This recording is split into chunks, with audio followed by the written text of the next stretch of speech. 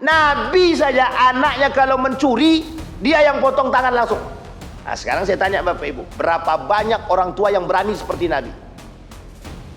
Kalau sempat anakku, nah kalau zaman dulu kan begitu, kata gurunya, dipukul, gurunya menangis, anak ini balik ke rumah. Pak, kenapa kau dipukul sama guru? Kata orang tua tadi, kami tadi mengganggu anak si Anu, dipukul saya sama guru sampai sakit, sampai rumah bukan dibela guru, bukan dibela kita, dipukul balik. Kalau orang tua sekarang tidak, mana guru tuh? Makanya Bapak Ibu hati-hati sekarang nih. Orang tua, anaknya yang salah, orang tua yang datang ke sekolah. Sudah anaknya yang salah, orang tua datang ke sekolah, nuntut pula lagi. Karena dia banyak duit, menang dia. Bismillahirrahmanirrahim. Assalamualaikum warahmatullahi wabarakatuh.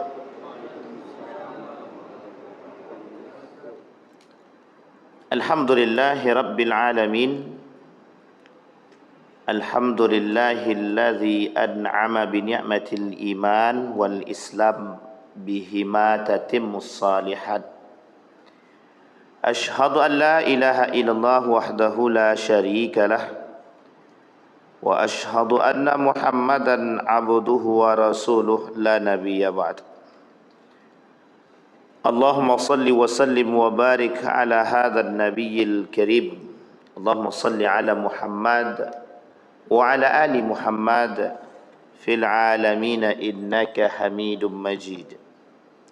Ya ayyuhan nasu ittaqu rabbakumul ladzi khalaqakum min nafsin wahidah wa khalaqa minha zawjaha wa batha minhuma rijalan katsiran wa nisaa'a wattaqullaha alladzi tasaaluna bihi wal arham innallaha kana 'alaikum raqiba. Puji syukur kehadirat Allah dengan mengucapkan alhamdulillahirabbil alamin. Berselawat kepada Nabi dengan mengucapkan Allahumma salli ala Muhammad wa ala ali Muhammad. Insyaallah kita yang hadir di subuh hari ini husnul khatimah, termasuk orang-orang pilihan yang selalu bersyukur atas nikmat Allah, yang selalu diberikan keberkahan dan istiqamah dalam kebaikan, dan insyaallah apa yang kita tanam insyaallah itu yang akan kita tuai. Amin ya rabbal alamin. Untuk orang tua kita yang telah mendahului kita, Allah tempatkan di tempat terbaik di sisinya. Allah terima amal ibadahnya, Allah kumpulkan bersama orang-orang yang saleh. Untuk orang tua kita yang masih hidup, Allah sehatkan, Allah kuatkan, Allah limpahkan rezeki, Allah anugerahkan anak yang saleh dan berbakti kepadanya, dan insyaallah husnul khatimah. Amin ya rabbal alamin. Baik Bapak Ibu sekalian yang berbahagia, di subuh hari ini kita mengkaji satu kitab Imam Az-Zahabi, kitab Al-Kabair. Dalam kitab Al-Kabair ini judulnya aja dah kabair, berarti tandanya artinya dosa-dosa besar. Di dalam dosa-dosa besar ini, pada dosa besar yang ke-31 di dalam kitab Imam Az-Zahabi ada persoalan tentang Al-Qadi As-Su, hakim pengambil keputusan, pengadilan yang su. Su itu dalam bahasa Arab, bahasa Indonesianya buruk perangai. Oleh para ulama, yang dimaksud dengan su di sini adalah yang tak sesuai dengan syariat Islam, yang tidak memberikan keadilan. Itu bagian daripada su, perbuatan yang tidak baik. Di dalam kitab ini itu masuk dalam kategori dosa besar, Al-Qadi As-Su. Tapi sebelum sampai ke situ, kita mau coba dulu apa sih sebenarnya peradilan itu, atau bahasa lainnya kitab peradilan atau pengadilan, kehakiman begitu. Bagaimana pandangan Islam terhadap persoalan peradilan ini. Islam, apakah Islam punya sistem? Apakah Islam ini mengatur? Apakah Islam ini memang di dalam Islam itu ada peradilan itu atau tidak? Nah, ini yang kemudian kita bahas dulu. Sebelum nanti kita masuk pada persoalan al-qadi as-su. Wa anihkum bainahum bima anzalallah. Ini banyak sekali ayat-ayat tentang perhakiman itu. Pensyariatan peradilan itu di dalam Islam itu banyak sekali Al-Quran yang berbicara tentang itu. Dalilnya itu ada Al-Quran, ada hadis, ada ijma'. Apa kata Allah? Wa anihkum bainahum bima anzalallah. Dan hendaklah kamu memutuskan satu perkara di antara mereka menurut apa yang telah Allah turunkan atau yang diturunkan oleh Allah. Yang diturunkan oleh Allah itu apa? Kitabullah, Sunnatullah, Al-Quran dan hadis. Apa yang diturunkan oleh Allah? Syariat. Apa itu syariat? Hukum. Apa itu hukum? Rule, regulasi, aturan. Coba bayangkan kalau manusia ini tidak punya aturan, suka-suka hati dia. Itu yang terjadi. Oke, sekarang nih kan, kenapa kok sekarang di banyak manusia suka berbuat suka hati? Ya karena merasa aturan sudah punya dia gitu. Atau peraturan itu dia yang buat gitu. Karena peraturan dia yang buat, nah inilah susahnya kalau aturan itu dari hukum manusia. Regulasi kalau datang dari manusia, manusia bisa aja melanggar kapan dia mau. Tapi kalau aturan dari agama, kalau aturan dari agama tak bisa. Siapa yang mau melanggar? Yang melanggar kena hukum Allah. Misal kata Tuhan, kata Allah, ada aturan solat. Kalau kalian tak solat, masuk neraka sakar. Nah itu Allah sebutkan dalam Al-Quran. Artinya solat atau tidak solatnya seseorang masuk neraka. Kan begitu. Kalau dia solat dia masuk surga, kalau tak solat dia masuk neraka. Artinya secara gamblang begitu bahasa hukum.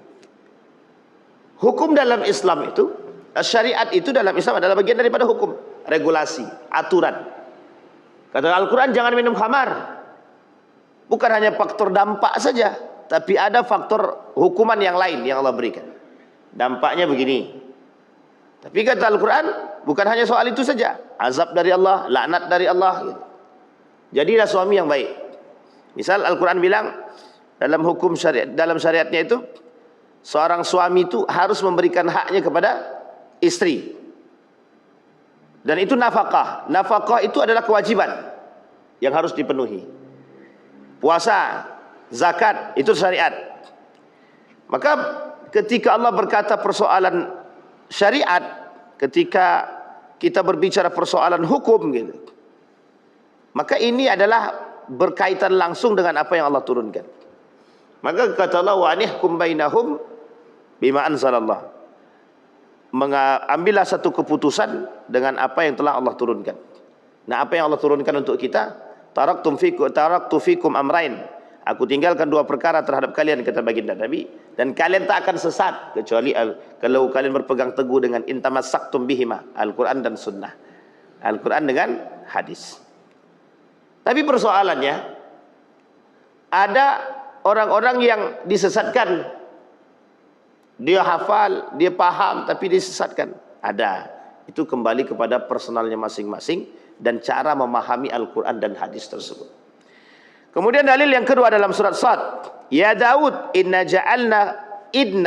ja'alnaka khalifatan fil ardi fahkum bainan nasi bil haq. Kata Allah, Daud, kami jadikan engkau penguasa di muka bumi ini. Ini penguasa ini khalifah. Karena memang hakim itu juga penguasa. Keputusan mutlak di tangan, tak. Ya tidak mutlak juga sekarang itu. Apakah keputusan hakim itu mutlak? Seharusnya bagi hakim yang takut dengan Allah, dia mutlak itu hukumnya. Tapi kalau hakim tak takut dengan Tuhan, dia susah. Jadi kalau tak takut sama Tuhan, dia susah. Maka kata Allah, ya Daud, inna ja'alnaka khalifatan fil ardi fahkum bainan nasi bil haq. Kita lihat. Maka kata Allah, Daud, kami jadikan engkau penguasa di muka bumi. Maka berilah keputusan atau perkara di antara manusia dengan adil. Bil haq. sesuai dengan haknya masing-masing. Ini yang pernah kita bahas dulu. Pencuri maling ayam penjara 5 tahun. Maling ayam tuh, maling duit 5 miliar 1 tahun. Itu bil haq atau bil fulus? Paham sampai sini Bapak Ibu? Itu kata Allah, itu namanya tidak bil haq itu. Umar, pada masa Umar itu ada maling. Ini masa Umar ini. Umar itu kan khalifah, pengambil keputusan. Jadi ada maling. Ketika maling itu dipersekusi, Umar tunggu dulu, tengok dulu kasusnya apa. Rupanya dia mencuri itu, tidak makan dia karena keluarganya belum bisa makan dan bingung, pekerjaan tidak ada. Sehingga Umar tak langsung menghakimi, justru orang yang berada di sekitar itu yang disalahkan. Kalau memang kita harus investigasinya sampai ke situ gitu. Sebenarnya sekarang ini investigasinya udah canggih nih. Cara melacak maling itu, itu udah tahu. Misal ada orang maling gitu. Dia maling karena memang kebutuhan misal. Karena tidak ada lagi pekerjaan, sementara anak dia pengen makan dan atau ibunya sakit, dia terpaksa mencuri gitu. Terpaksa mencuri. Kalau memang terpaksa ya. Dia ada terpaksa, ada yang memang terbiasa. Nanti kita lihat kan konteks terbiasa dan terpaksa itu gitu. Sehingga kalau dia terpaksa gitu, terkadang kita ngomel sama dia. Padahal itu tidak, kalau dikembalikan secara hukum sosial, itu kita kena itu. Kok bisa tetangga kita maling gitu. Sementara tetangga kita ini tinggal di samping rumah kita, kita mampu dan dia maling, ternyata dia tak makan gitu. Dia maling hanya karena nggak makan, itu kita kena itu. Bukan dia yang kena di hadapan Allah itu. Maka Umar bin Khattab begitu dia. Umar bin Khattab cari tahu dulu keadilan di balik itu. Tidak bisa sembarang. Maka hukum potong tangan itu tak bisa langsung. Harus disesuaikan pada keadaan. Apa kondisinya ketika itu? Mengapa dia maling? Mengapa dia mencuri? Maka kalimatnya bil haq. Maka putuskan perkara tersebut dengan benar. Maka tidak sembarangan Pak. Sampai Nabi bilang, jadi seorang pengambil keputusan atau hakim itu, sampai Nabi bilang itu seperti memegang pisau, seperti sedang memegang pisau yang sangat tajam sekali, kata Nabi. Kenapa demikian? Karena persoalannya di situ memang salah langkah kita berdosa, tepat kita memang itu yang paling baik gitu. Masalahnya menuju pada yang tepat ini yang susah gitu. Kalau tidak ada kepentingan sih aman aja Ustaz. Kata Nabi begini. Man ja'ala qadiyan bainan nas faqad zubiha bighairi sikin. Barang siapa dijadikan hakim oleh masyarakat, diangkat dia sebagai seorang qadi, pengambil keputusan terhadap persoalan-persoalan, maka ia telah disembelih tanpa pisau. Kalau disembelih tanpa pisau itu rasanya sakitnya minta ampun itu. Nah, coba disembelih pakai bambu tuh. Ah, gimana rasanya? Begitulah. Kan sakit itu, sakit sekali. Ya tapi kalau dia salah, kalau dia tidak benar, tapi kalau dia benar, insya Allah di balik kepahitan itu ada hadiah yang telah Allah janjikan. Nah itu dia Bapak Ibu. Jadi ini persoalan. Nah ternyata dalam Islam peradilan itu satu hal yang disyariatkan, yang memang harus ada dalam Islam. Karena kalau tidak ada, siapa yang akan mengambil keputusan? Makanya kawannya Umar ini, Umar bin Khattab ini, itu selalu punya kawan dalam persoalan syariat ini Pak. Selalu punya kawan dalam urusan soal syariatan ini.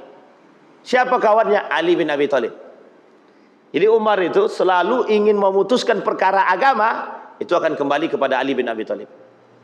Karena Ali bin Abi Thalib ini kan cerdas, agamanya kuat, pemahamannya baik, tapi tetap keputusan di tangan Umar bin Khattab. Ali disitulah yang akan memberikan gambaran, yang akan memberikan, berarti siapa? Tergantung pembisik kan. Yang membisiknya kuat, alim, teguh, aman. Maka Pak Prabowo nih, kalau pembisiknya tak kuat agama, misal contoh. Kalau tak kuat agama, wah itu mesti bisa masalah memang. Karena pengambil kebijakan, pengambil keputusan. Nah, Umar begitu dia Pak, khalifah itu begitu. Harus di sampingnya khalifah itu harus ada orang yang mengerti betul dengan agama dan baik. Karena perlu pertimbangan agama yang matang. Nah, kalau tidak itu susah memang.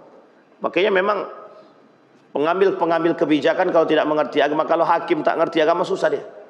Itu hakimnya ngerti agama Ustaz, tapi meleweng juga. Itu lain cerita lagi itu. Itu adalah penyimpangan tuh. Baik, sekarang pertanyaannya, apa keutamaan diberikan oleh Allah peradilan? Apa kata Nabi dalam hadisnya? La hasada illa fisnatin.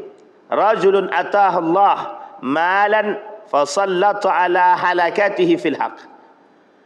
Thumma wa akhar atahu Allah hikmatan fahuwa yaqdi biha wa yu'allimuha. Tidak boleh hasad kecuali pada dua kondisi. Tak boleh dengki kecuali pada dua hal. Seseorang yang diberikan oleh Allah harta, oleh Allah kemudian ia gunakan di jalan yang baik. Yang kedua, orang yang diberikan oleh Allah ilmu, lalu ia memutuskan perkara tersebut dengan ilmu dan iman yang diberikan. Nah, itu pentingnya. Maka kondisi kalau ilmu doang tanpa iman masalah itu memang. Ada orang cerdas, ya rata-rata hakim itu tak ada yang tak cerdas Pak. Rata-rata hakim itu cerdas semua. Masalahnya beriman apa tak beriman? Ah, itu yang kemudian menjadi persoalan. Nanti kita lihat Pak, ada adab menjadi seorang hakim dalam Islam.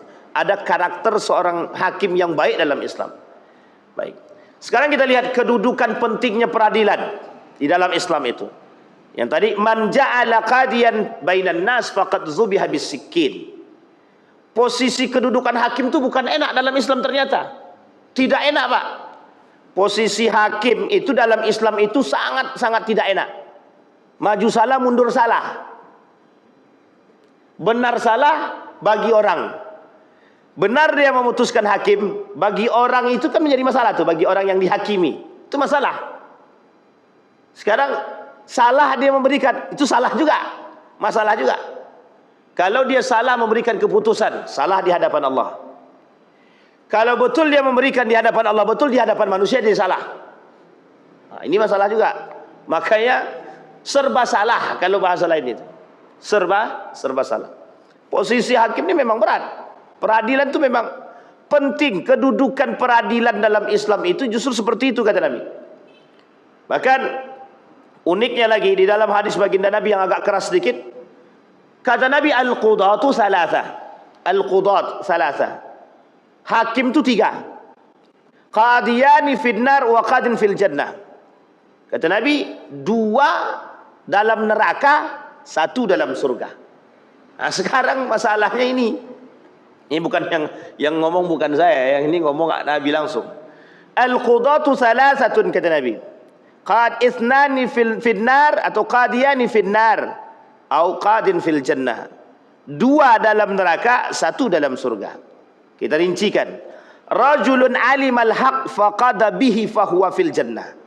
Seorang hakim yang mengerti persoalan itu dan dia putuskan dengan kebenaran sesuai dengan ilmu dan imannya, maka dia fil jannah, dia dalam surga. Tapi lihat yang duanya. Wa rajulun qada linnasi ala jahlin. Seorang qadi, hakim memutuskan satu perkara, tapi pemutusan perkara tersebut dengan kebodohan, fahuwa finnar, dan dia di neraka. Yang ketiga, warajulun jara fil hukmi fahuwa finnar. Yang ketiga, seorang hakim yang menyimpang dalam memutuskan hukuman, wahuwa finnar, dan dia juga di dalam neraka. Nanti kita lihat kondisi yang 2 tadi ya. Kalau yang pertama dengan ilmu dan iman. Maksudnya bagaimana? Kalau dia punya ilmu, dia akan cari tahu kasus ini sebenar-benarnya seperti apa. Oh, misalkan kasus Roberto Carlos. Roberto Carlos ini cuma disuruh oleh pimpinan dia untuk korupsi. Nah, ini misalkan nih, harusnya kalau Roberto Carlos ini disuruh untuk korupsi, kira-kira yang paling besar dapat hukuman si Roberto Carlos yang korupsi atau yang menyuruh? Nah, kan begitu harusnya gitu. Maka Roberto Carlos ini harusnya dia dampak atau korban dari perbuatan seorang yang lebih zalim lagi. Harusnya Roberto Carlos dapat hukuman, iya, tapi ada yang lebih parah daripada itu, ada yang menyuruh. Nah, uniknya sekarang ini kita takutnya hukum itu sudah terselewengkan, yang kita takutkan. Yang disuruh lebih berat daripada yang menyuruh. Bahkan kadang-kadang bisa jadi yang disuruh ini bukan disuruh tapi dijebak. Itu yang kita nggak tahu. Ini banyak Pak, orang-orang yang dijebak itu banyak. Pokoknya karena sudah, inilah kenapa kita harus berhati-hati. Kawan bisa jadi lawan, lawan bisa jadi kawan. Ini kalau bahasa lainnya itu, kalau bahasanya orang-orang sekarang nih, tidak ada kawan itu yang benar-benar sejati gitu. Ini masalah juga. Kadang baik awak kan baik, kita rupanya dia jadi kambing hitamnya, Pak. Nah, itu bisa juga, masalah juga. Makanya bersaudara itu harus dengan iman, bersaudara itu sesuai dengan agama. Kalau tidak dengan agama dan iman, awak pun dimakannya, Pak. Nah, ini kan bahasa-bahasanya. Kukira kau kawan aku, rupanya kau sikat juga istri aku. Nah, itu masalah tuh. Jadi kawan ini kadang-kadang hati-hati. Maka kita ini harus pandai-pandai betul mencari kawan, karena itu masalah bagi kita. Nah, ini kasus-kasus yang sering kita temukan, yang sering-sering terjadi. Pengambilan keputusan yang terkadang tidak sejalan dengan apa yang, atau yang tidak sesuai dengan nalar. Itu kan tak sesuai nalar itu sebenarnya, Pak. Mana yang tak sesuai nalar itu? Maling ayam 5 tahun, sementara koruptor yang 5 miliar cuma hanya satu tahun. Itu jelas itu. Tapi Pak Ustadz, itu salahnya bukan begitu. Itu harus paham dulu. Bagaimanapun secara akal kita yang bukan terlalu pintar ini, itu mesti kita paham. Masa maling ayam seekor saja, kecuali maling ayamnya itu 5 ton, 50.000 atau 500.000 ekor gitu kan, masih mending juga. Ini 1 ekor ayam cuman yang dimaling. Sama kasus nenek-nenek dulu, ada kasus nenek-nenek maling sendal sama maling ayam itu. Nenek-nenek itu maling sendal sama maling ayam itu. Itu kasusnya 5 tahun, 3 tahun sampai ke atas itu hukum penjaranya. Kadang-kadang memang sampai ada pernyataan di kalangan orang-orang yang mudah-mudahan itu salah gitu. Kuat ke bawah, lemah ke atas gitu. Apa namanya itu? Tumpul. Tumpul ke atas, tajam ke bawah gitu. Nah, ini yang masalah itu memang. Nah, itu yang disebut dengan penyimpangan itu gitu. Maka dalam tadi yang pertama, kalau dia memutuskan perkara dengan ilmu dan iman, dia mesti dia punya ikhtiar yang baik, sehingga hasilnya itu bisa diterima oleh dengan cara yang adil. Yang kedua tadi, seorang hakim yang mengadili manusia dengan kebodohan. Dia memang bukan tidak mengerti kasus, tiba-tiba ambil keputusan. Pokoknya kasus Bang Didi karena dia maling sepatu 10 tahun.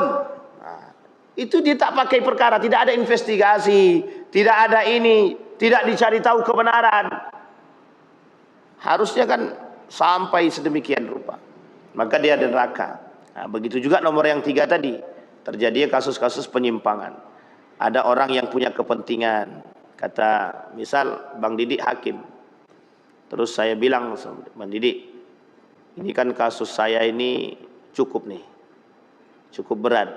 Abang tenang aja, nanti anak Abang Didi selamat semua aman, kita kasih.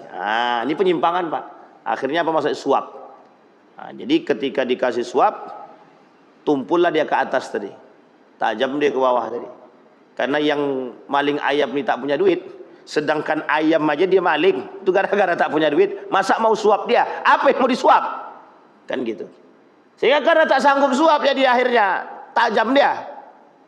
Tapi karena dia punya duit, makanya kalau sempat korupsinya 900 triliun, itu penjaranya cuma, sebenarnya penjara 900 triliun, penjaranya 20 tahun misal, seumur hidup, itu sebenarnya kurang itu.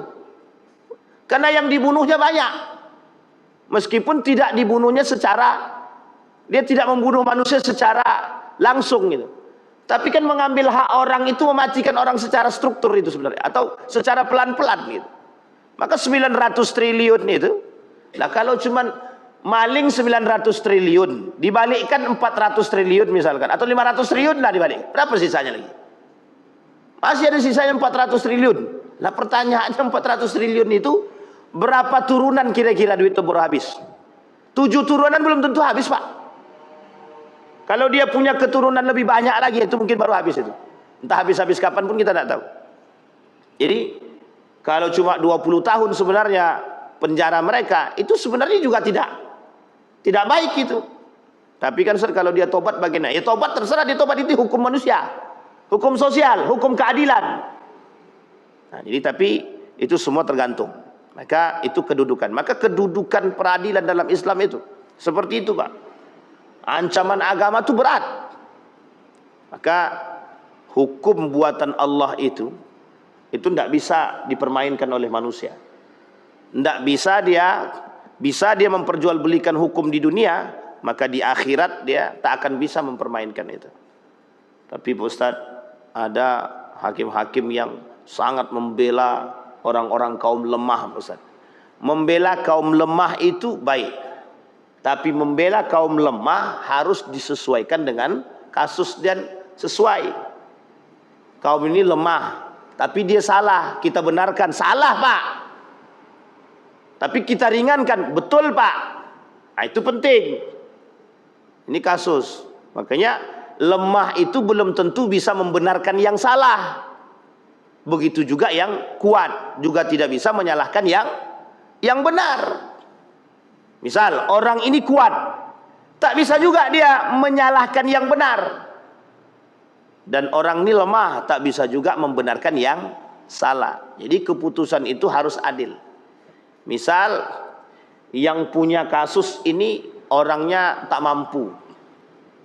Lah tak mampu kok buat kasus, itu masalah itu. Tapi dianggaplah dia tak mampu. Misal seorang bapak-bapak ini maling. Tahu-taunya anak istrinya ini tidak ada lagi pekerjaan. Kalau bapaknya masuk penjara, kira-kira bagaimana kondisi anak ini? Kan dipertimbangkan tuh. Kan dipertimbangkan. Pertanyaannya adalah, kalau tidak diberi hukuman, bapak nih pasti akan buat lagi. Tak ada efek jerahnya. Tapi kalau dimasukkan ke penjara, anak istrinya tak makan. Sekarang kira-kira bagaimana memutuskan perkara tersebut? Kan itu kasus tuh.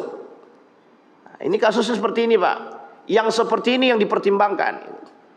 Kaya dia, berduit dia, masih ada tabungannya. Kalau tak dimasukkan penjara, masukkan aja ke penjara. Anda usah Pak Ustadz dimasukkan penjara, kasihan anak istri yang tidak makan. Kan ada tabungan. Nah, itu yang seleweng itu yang kayak gitu itu. Rupanya tabungan untuk membayar kurungan. Setahun sekian juta. Akhirnya kalau duitnya banyak, habislah Pak. Nah, ini masalah kita sekarang. Jadi kondisi peradilan ini harus disesuaikan. Karena tidak mengambil keputusan itu tidak mudah. Kayak berat jadi hakim itu berat. Jadi peradilan itu berat sangat, tidak mudah Pak. Kita ambil contoh pengacara ya Pak, pengacara. Sekarang saya tanya Bapak Ibu, boleh tidak pengacara itu membenarkan yang salah? Tidak boleh. Dan boleh tidak menyalahkan yang benar? Tak boleh juga. Maka apa yang harus dilakukan? Setiap manusia ini, kata dalam undang-undang kita ini, setiap orang di antara kita ini berhak punya pendamping. Berarti pengacara kan? Kasus, kalau dia terlibat kasus. Pertanyaannya adalah, ada pertanyaannya. Misal orang itu betul-betul salah, bagaimana cara pengacara itu mendampingi kasus itu? Setidaknya kalau pengacara ini membenarkan yang salah, maka dia neraka tempatnya. Tapi kalau dia mencari keringanan hukuman atas kasus yang diterima, yang dibuat, dia mencari keadilan.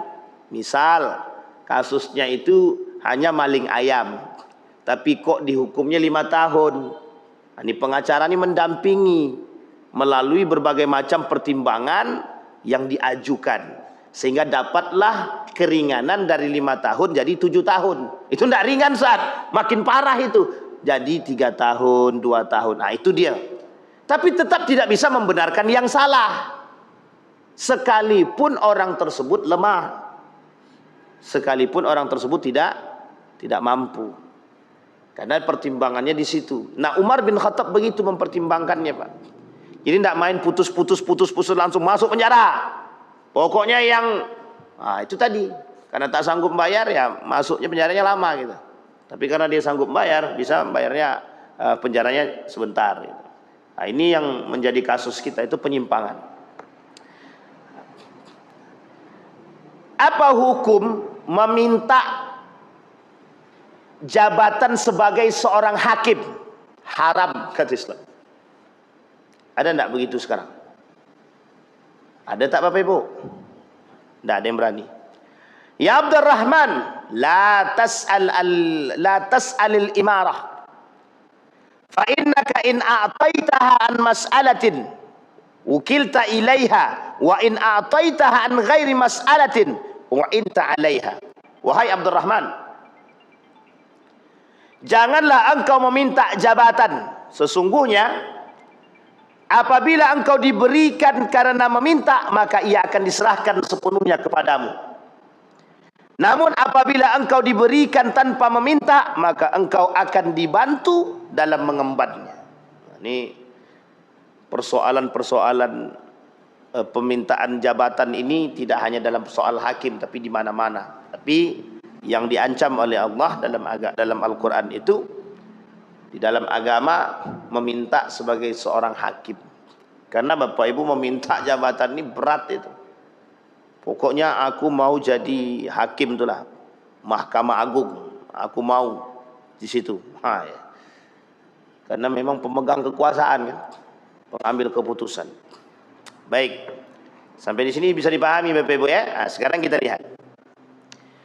Ada dua hal. Yang pertama, ada yang disebut dengan al-qadi as-su, hakim yang buruk perangai. Tadi sudah kita bacakan. Wa man lam yahkum bima anzalallah fa ulaika humul kafirun. Barang siapa yang mengambil hukum selain daripada hukum Allah, bagian daripada kekafiran. Wa man lam yahkum bima anzalallah fa ulaika humuz zalimun. Yang tidak mengambil keputusan sesuai dengan apa yang Allah turunkan, maka bagian daripada kezaliman. Yang pertama, wa man lam yahkum bima anzalallah fa ulaika humul kafirun, wa man lam yahkum bima anzalallah fa ulaika humuz zalimun, wa man lam yahkum bima anzalallah fa ulaika humul fasiqun. Tiga. Orang yang mengambil keputusan selain daripada Allah, dari hukum Allah, kafir. Yang kedua, zalim. Yang ketiga, fasik. Coba kita lihat. Mengapa Allah kata orang yang mengambil keputusan selain daripada apa yang Allah turunkan itu termasuk bagian daripada kafir? Ini Bapak Ibu, kaitannya pada persoalan akidah. Kalau ada orang menganggap hukum Islam, menganggap agama dan Al-Quran dan sunnah Nabi tidak pantas dijadikan patokan sebagai sarana pertimbangan dalam mengambil keputusan, kafir dia.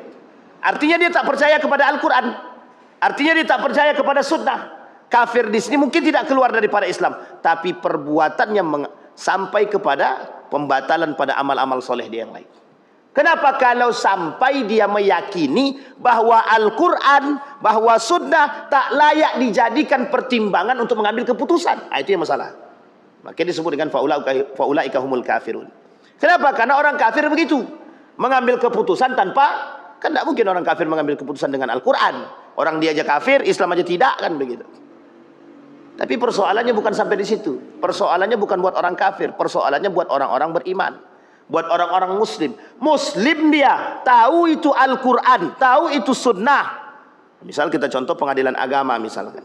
Pengadilan agama memutuskan perkara waris misalkan, memutuskan perkara pernikahan misalkan, tidak dikembalikan kepada Al-Quran dan sunnah, dia mengambil keputusan tanpa atau mengindahkan Al-Quran atau tidak percaya kepada Al-Quran, maka bisa jadi perbuatan yang dia buat itu menghapus semua amal-amal ibadahnya. Itu yang disebut dengan kafir.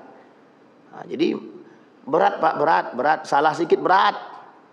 Tapi kok mau orang rebutan jadi itu? Ya iya, enak soalnya. Apa yang enak? Itu panasnya panas banget lah itu. Yang kedua, zalim. Kalau kita salah memberikan keputusan, artinya kita sedang menzolimi orang. Nah, misal kita ambil contoh, keputusannya ternyata orang tersebut seharusnya orang itu benar jadi salah. Akhirnya orang yang seharusnya benar ini jadi salah dan masuk dalam penjara. Sekarang kita lihat zalim secara keadilan, dan dia juga zalim kepada keluarganya. Mending kalau cuma zalim kepada manusia, dia zalim kepada Allah, dia zalim kepada Rasulullah. Coba bayangkan. Jadi banyak, Pak. Akhirnya apa? Bukan hanya zalim kepada Allah, bukan hanya zalim kepada Rasulullah, bukan hanya zalim kepada pelaku, bukan hanya zalim pada keluarga, dia zalim kepada manusia. Kenapa? Karena dia menampakkan hukum yang tidak adil. Artinya mengambil keadilan di tengah umat manusia. Nah, kira-kira jariyatus su' atau tidak? Misal dipraktekkan oleh orang-orang setelahnya. Oh, kami contoh si anu, fulani bin fulan, habislah cerita. Mungkin tak sampai pada jariyatus su', tapi perbuatan dia dicontoh orang. Dan itu terus. Ala yang sebelumnya aja begitu, tidak ada masuk penjara. Masa sekarang kita masuk penjara? Kan gitu. Akhirnya keadilan tak lagi sejalan. Ini masalahnya di situ. Sekarang fasik. Kalau fasik itu benar. Orang tahu kebenaran tapi tak menjalankan kebenaran itu fasik namanya. Orang yang tahu kebenaran tapi tak dia lakukan kebenaran itu fasik namanya. Jadi Bapak Ibu, tidak bisa sembarangan itu. Maka kata Nabi dalam hadisnya, wa ruwiyal hakim bi isnadihi fi sahihi an Talhah an Ubaidillah radhiyallahu anhu an Nabi sallallahu alaihi wasallam annahu qala la yaqbalu Allah salata imamah hakim bi ghairi ma anzalallah. Allah tidak menerima salat imam seorang hakim, imam yang pengambil keputusan, pemimpin, bi ghairi ma anzalallah, dan jika dia tidak memutuskan perkara dengan sesuai dengan apa yang Allah turunkan. Terus bagaimana dengan kasus-kasus? Itu pandai-pandailah. Yang jelas kalau mereka mengerti agama selesai itu. Di kasusnya masalah kita ini sekarang ini, kenapa banyak kasus-kasus itu keputusan-keputusan itu menyimpang? Masalahnya sederhana saja. Mereka tidak kembali kepada Al-Quran dan Sunnah, satu. Yang kedua, mereka tidak menjadikan Al-Quran sebagai bahan pertimbangan. Yang ketiga, itu tadilah penyimpangan-penyimpangan. Kasus korupsi ini merajalela. Jadi bukan hanya itu saja. Al-Quran aja bisa dikorupsi, apalagi Al-Quran saja bisa dikorupsi, apalagi hal-hal begitu gitu. Kalau Al-Quran saja bisa dikorupsi, dana haji saja bisa dikorupsi, apa tak lagi persoalan yang lain? Artinya orang sudah tak takut dengan Allah. Jadi semua aja bisa disuap. Apa yang yang tidak bisa kita suap sekarang? Semua bisa disuap. Artinya membeli hukum. Yang kita takutkan adalah ada orang-orang yang membeli hukum. Karena dia kaya, dia bisa membeli hukum. Karena orang ini tak mampu, dia tak bisa beli hukum. Maka kasus ini harus dikembalikan kepada Al-Quran. Wasahahul hakim aidan min hadis Buraidah radhiyallahu an qala Rasulullah sallallahu alaihi wasallam al-qudatu salasah. Ini yang tadi kita bacakan. Kata Imam Az-Zahabi, ini masuk dalam kategori dosa besar. Apa pentingnya? Apa nasihatnya kata Imam Az-Zahabi? Kata Imam Az-Zahabi, nasihatnya bagi orang-orang yang melakukan perbuatan tersebut, ittaqu, takutlah kalian, an-nar, api neraka. Pertanyaannya, api neraka itu nampak apa tidak nampak? Tak nampak. Karena api neraka itu tak nampak, itulah yang menjadi masalah. Tapi coba api neraka itu kalau nampak, kira-kira ada yang mau melakukan dosa? Kalau nampak pusat, jangankan dosa, maksiat pun kami tak mau. Itu coba bayangkan, Pak. Itu kalau memang betul nampak, tapi karena ini tak nampak. Jadi bagi manusia hari ini, karena neraka dan surga itu dianggap tidak jelas, seolah-olah mereka berbuat maksiat dosa besar itu biasa. Alah, tidak nampak aja neraka itu pun. Paling nanti setelah kami, penting setelah kami korupsi kan kami tinggal tobat. Jadi seolah-olah begitu saja dia dianggap mudah. Nah baik, sekarang kita lihat. ada kriteria. Itu tadi al-qadhi as-su. Qadhi as-su itu adalah seorang hakim yang tidak mengambil keputusan sesuai dengan agama, sesuai dengan Al-Quran dan Sunnah, atau tidak merujuk atau tidak mengambil pertimbangan dari Al-Quran dan Sunnah atau daripada para ulama. Yang kedua, al-qadhi as-su memutuskan peradilan atau memutuskan satu perkara tanpa keadilan, tanpa dengan kebenaran, tidak melakukan investigasi, tidak mencari tahu terlebih dahulu, tiba-tiba main putuskan.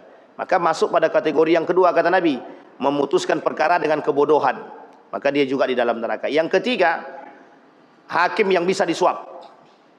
Yang ketiga, hakim yang bisa disuap. Yang keempat, hakim yang tidak netral. Tidak netral.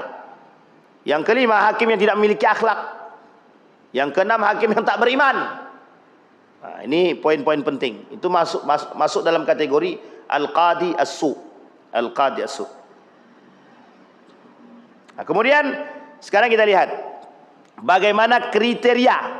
Nah, kriteria hakim di dalam Islam. Kita lihat. Ada kriterianya. Ada Bapak Ibu. Fa kullu man qada bi ghairi ilmin wala bayyinatin min Allah wa rasulih ala ma yaqdi bihi fa huwa dakhilun fi hadzal wa'id. Imam Zahabi mengatakan, siapa saja setiap orang yang memutuskan perkara tanpa ilmu atau bukti yang bersumber dari Allah dan Rasulnya, maka dia termasuk pada golongan yang diancam. Yang diancam dimaksud pada tiga tadi. Al-qudatu salasa, qadiyan finnar, wa qadin fil jannah. Dua dalam surga, dua dalam neraka, satu dalam surga. Nanti kita lihat apa yang poin-poinnya. Man waliyal qada au ju'ila qadiyan bainan nas faqad dhubiha bighairi sikkin. Ini hadis-hadisnya. Faqala ayyuhan nas innama ahlakal ladzina min qablikum annahum kanu idza sariqa fihimus syarif tarakuhu wa idza saraka fihimud dhaif aqamu alaihi al-had wa ayyumallah law anna Fatimah binti Muhammad syarakat laqata'tu yadaha. Wa fi hadis Ibnu Zamhin innama halakal ladzina min qablikum. Apa kata Nabi? Wahai manusia, hanya saja siapa saja yang membinasakan orang-orang sebelum kalian adalah ketika orang-orang terpandang mencuri, mereka membiarkannya. Nah, ini tadi kasus tadi. Jika ada orang-orang terpandang mencuri, berarti kita garis bawahi, kita samakan. Jika ada orang-orang punya duit, koruptor atau korupsi, mereka membiarkannya. Mereka di sini para hakim, para pengacara, para hakim membiarkannya. Sementara jika orang-orang berpangkat rendah, orang-orang dhaif, orang miskin, orang fakir, orang biasa ke bawah, mereka mencuri, maka menegakkan hukum had demi Allah. Wah, ini nih. Maka sesungguhnya kata Nabi, sekiranya Fatimah binti Muhammad mencuri, aku yang akan langsung memotong tangannya. Awak maunya begitu itu, Pak. Kita maunya begitu. Andai kata mereka mau mengambil ibrah dari ini, kan bisa. Berarti mereka kalau takut sama atasan, tapi berarti tak takut sama Allah dan Rasulnya. Maka Bapak Ibu, nasihat buat kita semua dan para pemangku kebijakan dan pengambil keputusan, baik hakim, pengacara, siapapun, dalam memutuskan perkara, takutlah dengan Allah. Takutlah dengan Allah. Kriteria pertama. Jadi kriteria pertama, seorang hakim itu harus takut dengan Allah. Nah, jadi Bapak Ibu, ini kenapa ini masuk dalam kriteria pertama? Lah kalau hakimnya tak takut dengan Allah, apalagi manusia. Jadi kalau sudah tak takut dengan Allah, yang paling kuasa di dunia ini, yang paling kuasa, sama yang paling kuasa saja dia tak takut, yang pemilik alam jagat raya ini dia tak takut, apalagi sama manusia. Jadi memutuskan. Yang kedua, tidak memutuskan perkara sesuai dengan pada kepentingan. Ini seorang hakim harus adil. Adil tidak menyesuaikan pada kepentingan. Karena dia punya kepentingan dalam urusan duit, akhirnya misal gini, misal saya hakim yang berkasus, jangan saya lah, Bang Didi hakim. Misal adik dia kasus, ini karena adikku, udahlah, karena aku hakim, untuk adikku kasusnya ditutup, tok tok tok. Padahal kasus nih, tapi ditutup. Kan ada kepentingan situ. Apa kepentingan? Kepentingan keluarga. Kalau dia tidak putuskan, maknya marah-marah. Kalau diputuskan, kalau diputuskan maknya marah-marah. Kalau tidak diputuskan, rakyat marah-marah. Kan bingung tuh jadi hakim tuh. Apalagi ketika memutuskan perkara adik sendiri, keluarga sendiri. Keluarga, adik beradik, bukannya membantu, malah menyiksa. Nabi saja anaknya kalau mencuri, dia yang potong tangan langsung. Sekarang saya tanya Bapak Ibu, berapa banyak orang tua yang berani seperti Nabi? Kalau sempat anakku, kalau zaman dulu kan begitu. Kata gurunya, dipukul, gurunya menangis, anak ini balik ke rumah, Pak. Kenapa kau dipukul sama guru? Kata orang tua tadi, kami tadi mengganggu anak si Anu, dipukul saya sama guru sampai sakit. Sampai rumah bukan dibela guru, bukan dibela kita, dipukul balik. Kalau orang tua sekarang tidak, mana guru tuh? Ini kasus guru Madin. Kasus guru Madin nih. Ini biar ya mungkin terlambat tidaklah, tapi sedang berjalan juga kan itu. Kasus guru Madin. Makanya Bapak Ibu hati-hati sekarang nih. Orang tua, anaknya yang salah, orang tua yang datang ke sekolah. Sudah anaknya yang salah, orang tua datang ke sekolah, nuntut pula lagi. Karena dia banyak duit, menang dia. Sampai sini paham Bapak Ibu? Kira-kira bobrok atau hancur itu? Dua-duanya. Jangan setengah-setengah. Berarti rusaknya sudah semua lini. Ya begitulah. Sampai sini paham ya Bapak Ibu? Kalau zaman dulu kami tak. Apa yang kau buat? Kenapa kau dipukul guru? Tadi gini. Ditambah Pak, di rumah itu ditambah. Bukan dinasihati, ditambah. Kalau sekarang enggak. Mana guru tuh? Langsung laporkan. Laporannya adalah kasusnya penganiayaan. Cuma dicubit penganiayaan. Ini kasus-kasus sekarang. Cuma dicubit penganiayaan. Kasus guru Madin dituntut 25 juta sampai harus jual. Pak, Bu, saya kasih tahu. Kenapa orang zaman dulu itu cerdas-cerdas? Karena cara mendidiknya keras. Coba sekarang hasil didikan yang lembut itu. Saya mau lihat mana hasil pendidikan yang baik, yang lembut itu. Kita tengok Pak, manja. Rata-rata hasil pendidikan yang lembut itu manja. Ya keras di sini tegas.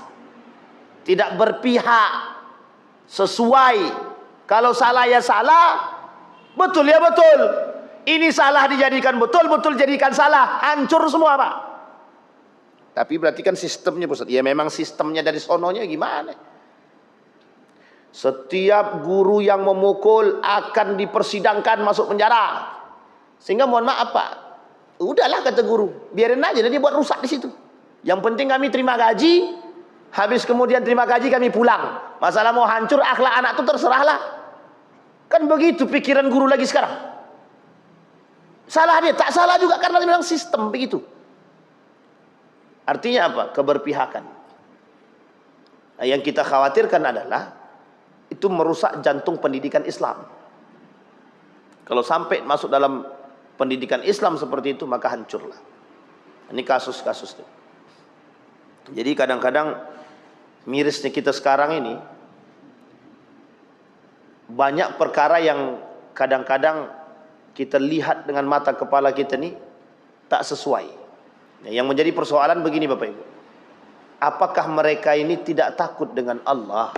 Apakah mereka ini tidak takut dengan ancaman Allah, tak takut dengan api neraka? Lah buktinya nggak takut, pusat mereka buktinya mereka buat, berarti kan mereka nggak takut gitu.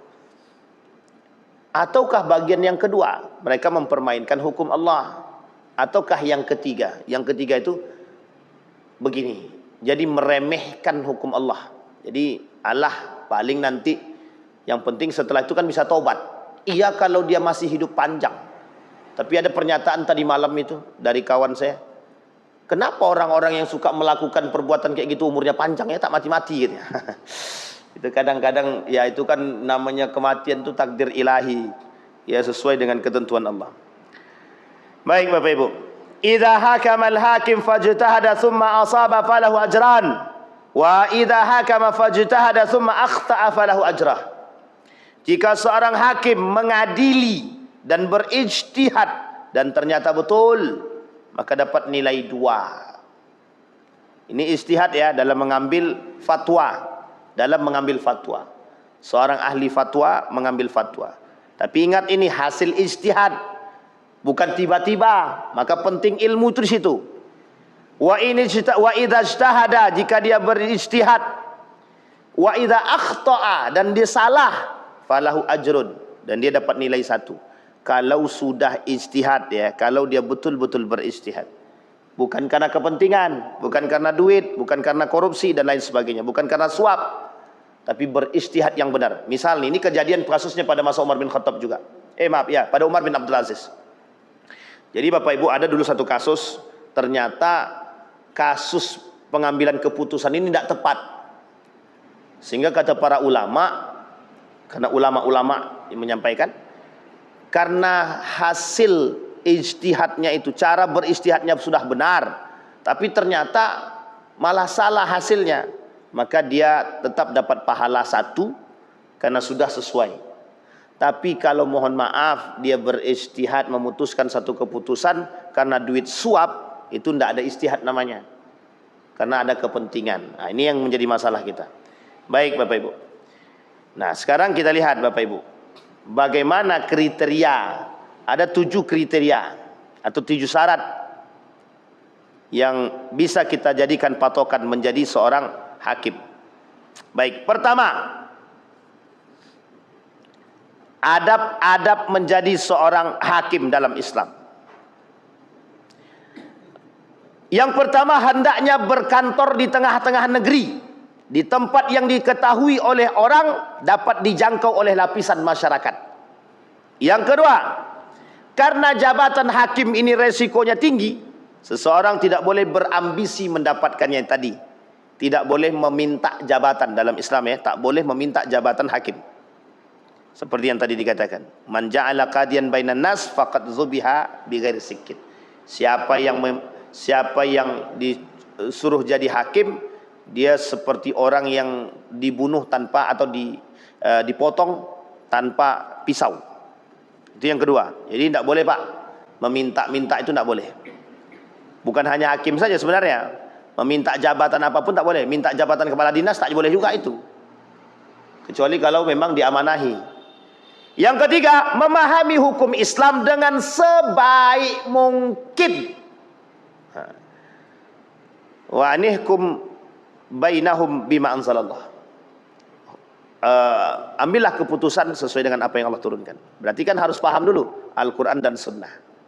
Harus paham betul Al-Quran dan Sunnah. Harus paham betul kondisi. Karena begini Pak, di dalam hukum Islam itu ada banyak hal. Ada mudarat, ada mafsadat, ada maslahat. Jadi ada mafsadatnya, ada maslahatnya. Ini yang menjadi tolak ukur penting dalam pengambilan keputusan dalam Islam. Jadi pengambilan kebijakan, pengambilan keputusan harus disandarkan pada 2 hal ini. Ada mafsadat, ada maslahat.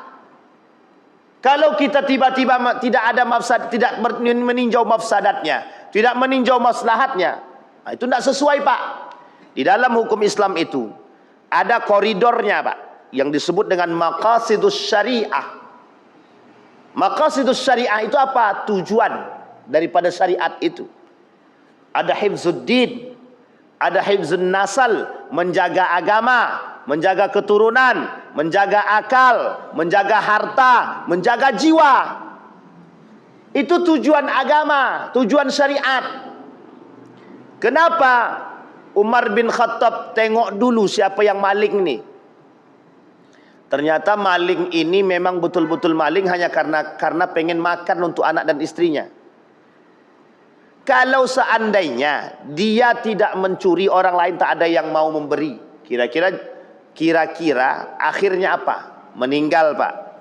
Artinya yang ditinjau oleh Umar di situ adalah hifzun naslnya, hifzun nafasnya, menjaga jiwanya, menjaga keturunannya, dan bagian daripada menjaga agama. Coba bayangkan. Jadi agama ini tidak sembarangan, Pak. Islam ini tidak sembarangan. Maka kita katakan jangan kotori hukum-hukum agama yang baik-baik ini dengan kepentingan pribadi yang zalim. Masalah itu, Pak. Jangan coreng keadilan, Pak. Di dalam hukum, di dalam Islam, ini kita ambil contoh kasus ya, Pak. Contoh kasus. Pada kasus perjanjian Hudaibiyah, pada kasus piagam Madinah, kita lihat dalam kasus piagam Madinah, Nabi sampai bilang begini, kalau ada yang mencelakai orang kafir ini, dan mereka kafirnya kafir zimmi, yang berada dalam tanggunganku, kata Nabi, tanggungan kita, kalau ada orang yang mencelakai orang kafir yang berada dalam tanggungan kita, berarti dia telah mencelakaiku. Bayangkan, bukan hanya Islam saja yang dijaga di situ. Bukan hanya Islam saja, Pak. Orang kafir pun dijaga. Kenapa? Sosial kemanusiaan. Islam itu rahmatan lil alamin. Dia baik untuk semua. Jadi membela keadilan itu harus lihat-lihat dulu, Ustaz, agamanya. Kalau dia Kristen, kita tak usah bela lah, Ustaz. Itu kan bukan agama kita. Itu jangan, hati-hati, Pak. Hati-hati betul. Orang-orang seperti ini itu tak mencontoh Nabi, Pak, tak mencontoh Nabi. Tidak mencontoh Nabi. Nabi memberikan keadilan kepada semua umat manusia. Baik Islam dia, baik Yahudi dia, baik dia Nasrani dia. Maka dibuatlah piagam Madinah itu semua keadilan itu terjelas. Makanya Pak, amandemen pertama, Pak, yang terbaik di dunia, yang tidak bisa ditandingi. Makanya Nabi tertulis sebagai 1001 manusia yang paling berpengaruh di dunia. Michael Hurt, Nabi nomor 1, yang bisa menyatukan dan membuat keadilan. Jadi tidak bisa, Pak, seperti kasus Tom Lembong. Ya Allah alam ya, Tom Lembong ini. Ya tapi kita lihat, kita sorot lah. Kan bisa kita soroti gitu. Semua orang tahu. Ya, kita tetap melihat keadilan itu dari semua sisi. Ya kalau memang Tom Lembong itu, misal dia non muslim sekalipun misalkan, ya siapapun lah, siapapun mereka yang non muslim, kalau memang mereka benar, ya sesuaikan dengan kebenaran gitu. Hakimi dengan kebenaran gitu. Putuskan dengan putusan yang benar gitu. Jangan pula mentang-mentang dia non muslim kemudian kita, nah, itu dah masuk urusan rasis itu. Itu diancam oleh Allah, diancam oleh Rasulullah itu. Tidak disukai oleh Rasulullah. Ada manusia baik, tidak ada dia non muslim tapi baik dia sama kita. Baik dia sama kita. Nah, terus karena dia non muslim, udahlah potong aja tangannya itu. Tidak ada kita pakai bahasa. Padahal dia tak salah, tiba-tiba ya, itu tidak bisa, Pak. Tidak bisa. Ini kaitannya dengan manusia. Bapak Ibu, kita kasih tahu. Hukum sosial kemanusiaan itu sampai, Pak. Sampai. Hukum sosial kemanusiaan. Hukum sosial kemanusiaan. Itu penting. Kalau hukum agama juga penting, tapi ada batasan-batasan yang dibahas, Pak. Bapak Ibu masak, Bapak Ibu potong hewan kurban. Tetangga Bapak Ibu itu ada orang Kristen, dia berhak dapat, Pak. Boleh, dia dapat, boleh, Pak. Coba bayangkan. Sedangkan itu saja boleh, Pak.